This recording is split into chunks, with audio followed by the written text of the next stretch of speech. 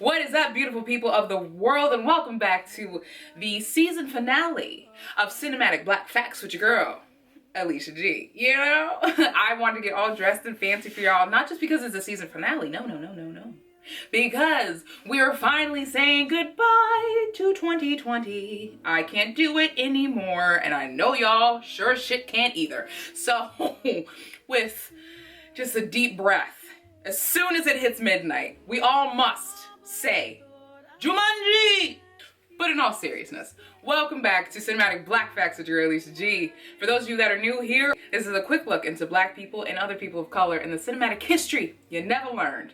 So let's get into this week, shall we? Our last week of 2020. This person is the king of Calypso. He is a songwriter, singer, activist, and actor, and he is very well known for one of the most famous songs in one of the best, let's be honest, Halloween movies around. And if you guys, I'm so disappointed if y'all don't get this. Like, Deo, me say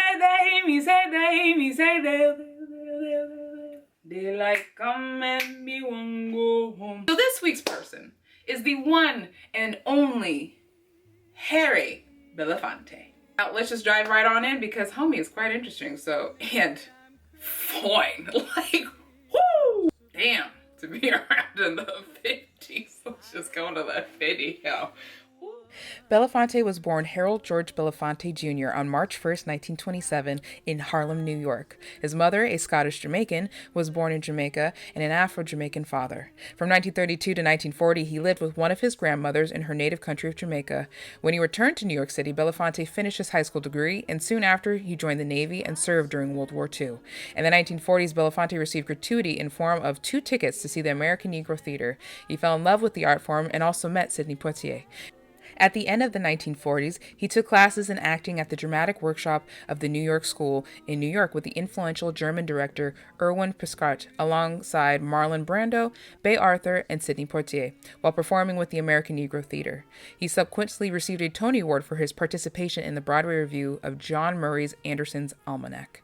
The first time he appeared in front of an audience, he was backed by Charlie Parker Band, which included Charlie Parker himself, Max Roach, and Miles Davis, among others. At first, he was a pop singer, launching his record career on the Roast label in 1949. This time would soon see Belfonte is one of the most successful Jamaican-American pop stars in history. He was dubbed the King of Calypso for popularizing the Trinidadian Caribbean musical style with an international audience in the 1950s. Belfonte has starred in several films. His first film role was in Bright Road in 1953, in which he appeared alongside Dorothy Dandridge. The two subsequently starred in Otterbringer's hit musical Carmen Jones in 1954. Ironically, Belfonte's singing in the film was dubbed by an opera singer, as Belfonte's own singing voice was seen as unsuitable for the role. Using his star clout, Belfonte subsequently able to realize several then controversial film roles. In 1957's Island in the Sun, and in 1959 he starred in and produced through his company Harbell Productions, Robert Wise's Odds Against Tomorrow. Belfonte was offered the role of Porgy in Preminger's Porgy and Bess, where he would have once again starred opposite of Dorothy Dandridge, but he refused the role because he objected to its racial stereotyping. Dissatisfied with most of his film roles offered to him, he concentrated on music during the 1960s and the early 1970s. Belfonte appeared in more films, among which are 2 with Poitier, Buck the Preacher in 1972, Uptown Saturday Night in 1974, and in 1984, Belfonte produced and scored the musical film Beach Street, dealing with the rise of hip-hop culture. Belfonte's most recent on-screen appearance was in Spike Lee's Black Klansman in 2018 as an elderly civil rights pioneer. Belfonte's political beliefs were greatly inspired by the singer, actor, and communist activist Paul Robinson, who mentored him. Belfonte supported the civil rights movement in the 1950s and 1960s and was one of Martin Luther King Jr.'s confidants. He provided for King's family since King made only $8,000 a year as a preacher. Like many other civil rights activists, Belfonte was blacklisted during the McCarthy era. During the 1960s Birmingham campaign, he bailed King out of Birmingham City Jail and raised $50,000 to release other civil rights protesters.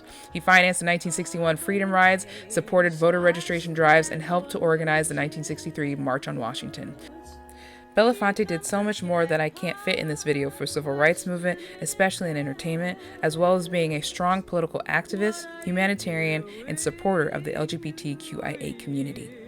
Belfonte was married 3 times and has 5 grandchildren. He stays busy working with different senators and representatives of our government of the U.S. but he is still kicking and still cool.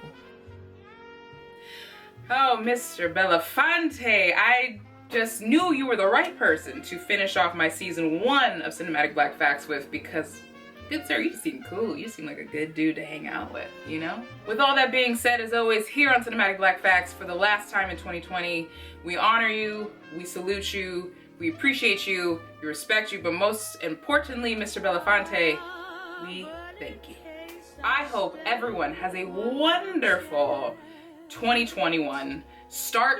Has had a good holiday season with this madness, stays safe, stays healthy, wears a mask, and is just ready to kick some ass and take some names, because baby, the world is changing and it needs to. And I'm excited to see what it's gonna bring.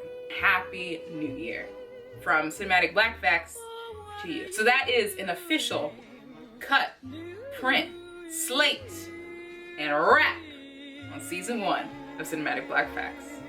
I'll talk to y'all in 2021.